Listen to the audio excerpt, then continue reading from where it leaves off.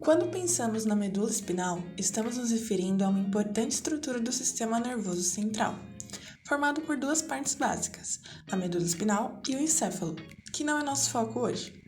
A medula é uma continuação do tronco cerebral e está localizada no interior do canal vertebral, se estendendo do forame magno, uma abertura na parte posterior do crânio, ao nível das primeiras ou segundas vértebras lombares. Dessa forma, as vértebras da coluna vertebral conferem uma proteção à medula espinhal. As vértebras também estão separadas por discos de cartilagem, que agem como amortecedores que reduzem os impactos gerados por movimentos, como caminhar ou pular. Uma curiosidade: a medula espinhal para de crescer por volta dos 4 anos de idade, enquanto a coluna vertebral ainda cresce dos 14 aos 18 anos. Assim, quando adultos, a coluna e o canal vertebral são maiores que a medula espinhal. Mas, voltando, sua principal função é conduzir impulsos nervosos entre o encéfalo e os demais tecidos ou órgãos do corpo, e controlar ou atuar em movimentos coordenados, como andar. Além disso, a medula espinhal é responsável por viabilizar os arcos reflexos, uma via de transmissão que um reflexo nervoso segue. Os reflexos são originados na medula espinhal de forma independente do encéfalo. Um exemplo é o reflexo patelar. Os reflexos podem ser de dois tipos: monossinápticos, onde apenas 2 neurônios participam do arco reflexo, ou seja, na medula, o sinal é transmitido de um nervo sensitivo, o neurônio de primeira ordem, até um nervo motor, e o nervo motor, o neurônio de segunda ordem, inerva o músculo. Um exemplo é o reflexo de estiramento. Ou podem ser polissinápticos, pois envolvem múltiplos neurônios e um ou mais interneurônios entre eles, o que torna a comunicação indireta. Esse tipo de arco reflexo envolve grupos musculares inteiros, em vez de um único músculo. Um exemplo é o reflexo de retirada. Assim como a coluna vertebral, a medula espinal é dividida em segmentos, sendo eles o cervical, torácico, lombar, sacral e coquígeo. Cada segmento da medula emite vários pares de nervos espinais, que saem do canal vertebral através dos forames intervertebrais. Existem 8 pares de nervos espinais cervicais, 12 torácicos, 5 lombares, 5 sacrais e 1 coquígeo, totalizando 31 pares. Apesar da medula espinal não se estender por toda a coluna vertebral, as raízes de alguns nervos estendem-se até a porção final da coluna, e essas raízes da porção terminal formam o que é chamado de cauda equina. A porção terminal da medula espinal tem o formato de um cone com o ápice voltado para baixo, por isso é chamado de cone medular. Um fino cordão de tecido conjuntivo, conhecido como filum terminale ou filamento terminal, ancora a medula espinal à coluna vertebral, partindo do cone medular até a primeira vértebra coquígea. Outra curiosidade: existem 2 dilatações na medula espinal, uma ao nível cervical, chamada de instumescência cervical, e outra ao nível lombosacral, chamada de instumescência lombar ou lombosacral. Essas regiões são mais proeminentes, pois acomodam fibras nervosas relacionadas à inervação dos membros superiores e inferiores, respectivamente. Assim como o cérebro, a medula espinal é revestida por 3 membranas, as meninges, conhecidas como dura mater, aracnoide e pia mater. São componentes essenciais para a proteção e funcionamento modular. O espaço epidural que separa as porções de dura mater e aracnoide é repleto de gordura, formando uma espécie de almofada de proteção entre as camadas. Abaixo da aracnoide, há o espaço subaracnoide, repleto de licor, líquido que garante que nutrientes cheguem ao sistema nervoso central. E em contato direto com a medula espinal está a pia mater. Diferente do encéfalo, a substância cinzenta se localiza na região central da medula espinal e possui um formato de borboleta, ou da letra H, também conhecida como H medular, além de conter principalmente corpos de neurônios e neurônios sensoriais, enquanto a porção mais externa é composta por substância branca, que contém fibras nervosas, como os axônios, que transportam informações sensoriais e impulsos motores. Além disso, a substância branca é dividida em 3 funículos, o anterior, lateral e posterior, que contém tratos ou vias ascendentes e descendentes que percorrem o caminho entre o cérebro e os demais tecidos ou órgãos do corpo, transmitindo os impulsos nervosos. São elas as vias motoras, sensitivas, cognitivas, autonômicas e entre outras.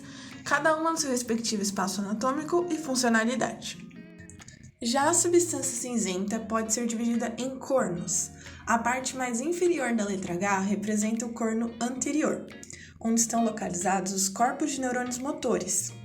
A parte mais posterior representa o corno posterior, que tem uma função primariamente sensitiva, uma vez que é justamente por onde as fibras nervosas atingem a medula espinal após entrarem pelo sulco posterolateral. Há também o corno lateral, ou corno intermédio lateral, situado entre os cornos anterior e posterior e contendo neurônios do sistema nervoso simpático.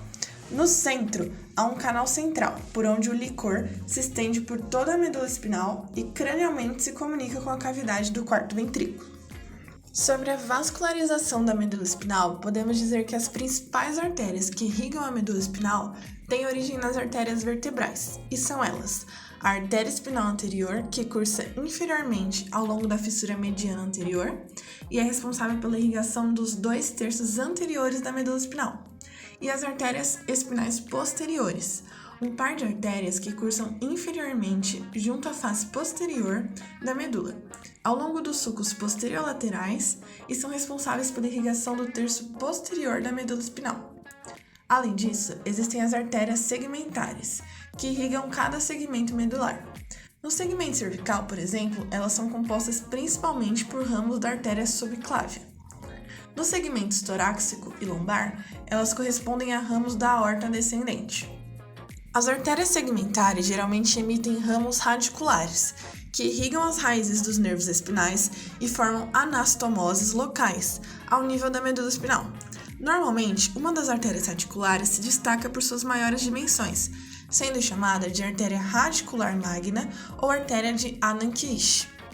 Essa artéria se anamostosa com a artéria espinal anterior e tem grande importância na irrigação dos segmentos mais inferiores da medula espinal. A drenagem venosa da medula é análoga à sua irrigação arterial, um grupo variável de veias espinais anteriores e posteriores, situadas na fissura mediana anterior e no sulco mediano posterior, respectivamente. Também há veias radiculares, análogas às artérias radiculares. As veias espinais radiculares formam uma rede de anastomoses, formando um plexo venoso no espaço epidural, conhecido como plexo venoso interno, que por sua vez drena para os seios venosos durais. Essa via de drenagem se comunica ainda com outro plexo venoso, chamado de plexo vertebral externo, que drena para as veias intercostais e para os sistemas ásicos. Assim, a drenagem venosa da medula espinal pode seguir por esses dois caminhos, dependendo das circunstâncias de pressão sobre o sistema nervoso. Agora que já entendemos a importância da medula espinal e todas as suas estruturas e funcionalidades, podemos falar sobre as lesões medulares. As lesões vértebro-medulares referem-se a danos ou traumas que ocorrem na coluna vertebral, afetando ou interferindo na função ou estrutura da medula espinal, ossos da coluna ou nas raízes dos nervos espinais. Lesões da medula estão relacionadas com perda de movimentação dos membros, perda do controle esfincteriano, alterações no tônus muscular, disfunções sexuais, alterações nos reflexos, alterações de sensibilidade, entre outros diversos problemas. A gravidade da lesão e o impacto na qualidade de vida do paciente dependem da altura ou localização da lesão e do tamanho ou extensão do dano causado pela estrutura.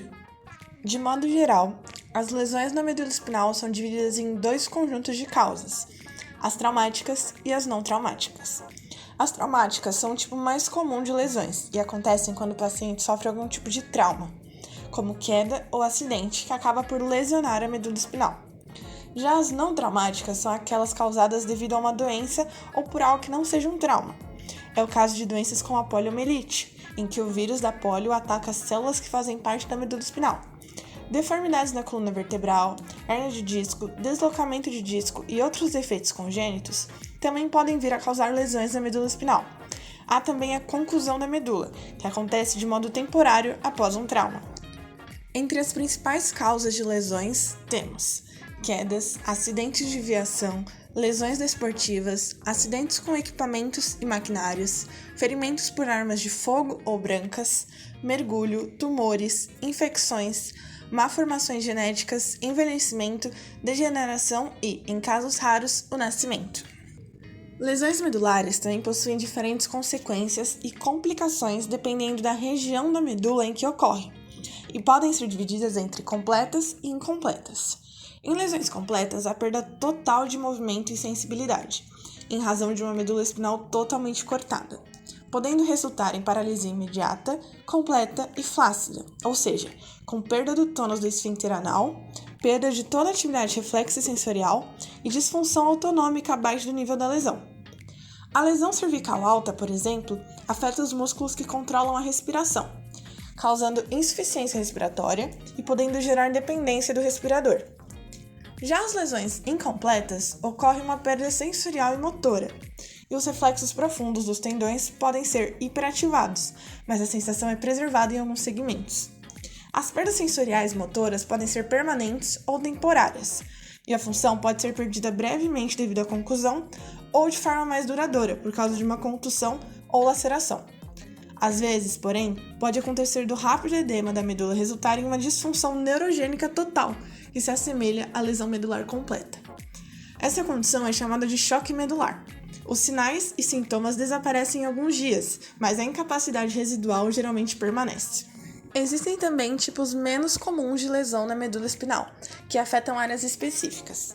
As principais são a síndrome da medula anterior, que resulta da lesão direta à medula espinal anterior ou à artéria espinal anterior, e é causada pela falta de fluxo sanguíneo ou falta de oxigênio nos 2/3 da frente.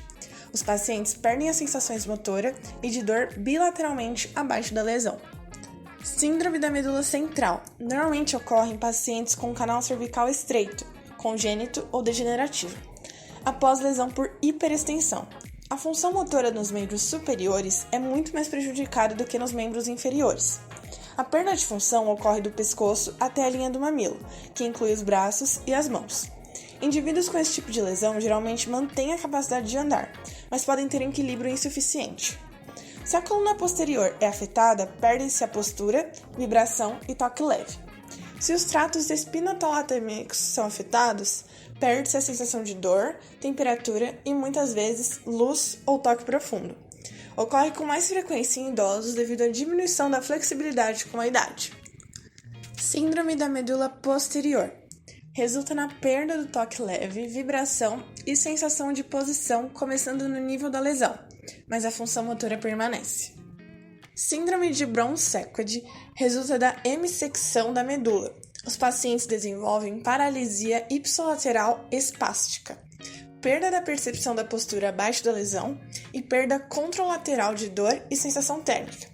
Ou seja, é observada em um lado do corpo com perda na função motora e do outro lado do corpo com perda de sensação. Dependendo da localização da lesão, o resultado pode ser apresentado como tetraplegia ou paraplegia. Lesão na cauda equina é uma lesão nas raízes nervosas abaixo de L2. A perda motora e ou sensorial costuma ser parcial e ocorre na região distal das pernas. Em geral, os sintomas sensoriais são bilaterais, mas costumam ser assimétricos. A deficiência das funções intestinais e da bexiga pode envolver incontinência ou retenção, além de disfunção sexual e tônus do esfíncter anal diminuído. Lesão no cônus medular. Pode ser causado por uma lesão ou doença que afeta o núcleo dos nervos dentro da raiz nervosa. Lesões nesta área resultam em uma lesão incompleta da medula espinal, com sintomas parecidos à lesão na cauda equina. Medula amarrada. Ocorre quando há uma ligação da medula espinal aos tecidos do trato e costuma ser uma anomalia anatômica formada quando feto. Espinha bífida e outras doenças do tubo neural ocorrem no desenvolvimento fetal. A medula espinal não se forma no espaço fechado das vértebras. Uma cirurgia em útero pode corrigir a colocação da coluna vertebral antes do nascimento do bebê. A cirurgia após o nascimento pode corrigir a colocação, mas com resultados mistos. Tomar ácido fólico durante a gravidez pode reduzir o risco de espinha bífida. Uma molécula semelhante a uma vitamina, o inositol, está sendo testada para avaliar se a prevenção de defeitos no tubo neural é possível. Para um diagnóstico adequado das lesões, podem ser realizados vários exames de imagem, como a radiografia, tomografia computadorizada e ressonância magnética. Lesões da medula espinhal podem ser fatais, exigindo tratamento de emergência. É necessária uma boa avaliação clínica, exames de raio-x e a combinação dos exames já citados para detectar luxações, fraturas ósseas, hematomas e edemas. Além disso, o diagnóstico deve ser feito o mais rápido possível para aumentar a probabilidade de recuperação e limitar o progresso da lesão. Sempre que possível, a cirurgia deverá ser realizada nas primeiras 24 horas após o traumatismo. A avaliação médica também leva em consideração alterações nos reflexos tendinosos profundos, alterações sensitivas ou na força muscular. Entre os principais tratamentos e cuidados imediatos, temos imobilização com colar cervical ou colete toracolombar, repouso, medicações como analgésicos ou relaxantes musculares, manutenção de oxigenação e perfusão da medula espinal, cirurgia com o objetivo de descomprimir a medula espinal, estabilizar a coluna vertebral e alinhar as estruturas afetadas, fisioterapia, reabilitação e suporte psicológico e social. Podemos analisar também as principais abordagens cirúrgicas utilizadas. São elas: a descompressão neurológica, onde é necessário remover as estruturas ósseas que estão provocando uma compressão, fixação temporária e/ou fusão definitiva da coluna na posição certa. Para isso são utilizadas implantes como parafusos, barras e placas para manter as vértebras na posição correta durante o processo de cicatrização. Descompressão e reparação de lesões, onde em alguns casos, além de aliviar a compressão da medula espinal, durante a cirurgia pode ser necessário reparar diretamente lesões na medula ou remover corpos estranhos. Também há a possibilidade de microcirurgias ou uma cirurgia minimamente invasiva. Além disso, existem diversas pesquisas e tratamentos experimentais voltados para lesões medulares, visando promover uma regeneração neural e minimizar a formação de cicatrizes na coluna lesionada. Esses tratamentos incluem implantação de suporte de polímero no nível da lesão medular, bem como injeções de macrófagos autólogos incubados, oligodendrócitos de células-tronco embrionárias de origem humana, células-tronco neurais e fatores tróficos. A implementação de um estimulador epidural é uma outra modalidade terapêutica experimental para melhorar o movimento voluntário após a lesão medular. Durante a estimulação epidural, aplicam-se impulsos elétricos à superfície da coluna abaixo da lesão. Vale ressaltar que a recuperação de lesões é mais provável quando a paralisia é parcial e o movimento ou a sensibilidade se restabelecem durante a primeira semana. Quando não se consegue recuperar a capacidade funcional em 6 meses, é provável que a perda seja permanente e que as lesões mudem radicalmente a qualidade de vida do paciente. Por isso é tão importante que haja um bom acompanhamento multidisciplinar, médico, fisioterápico e psicológico na reabilitação pós-lesão.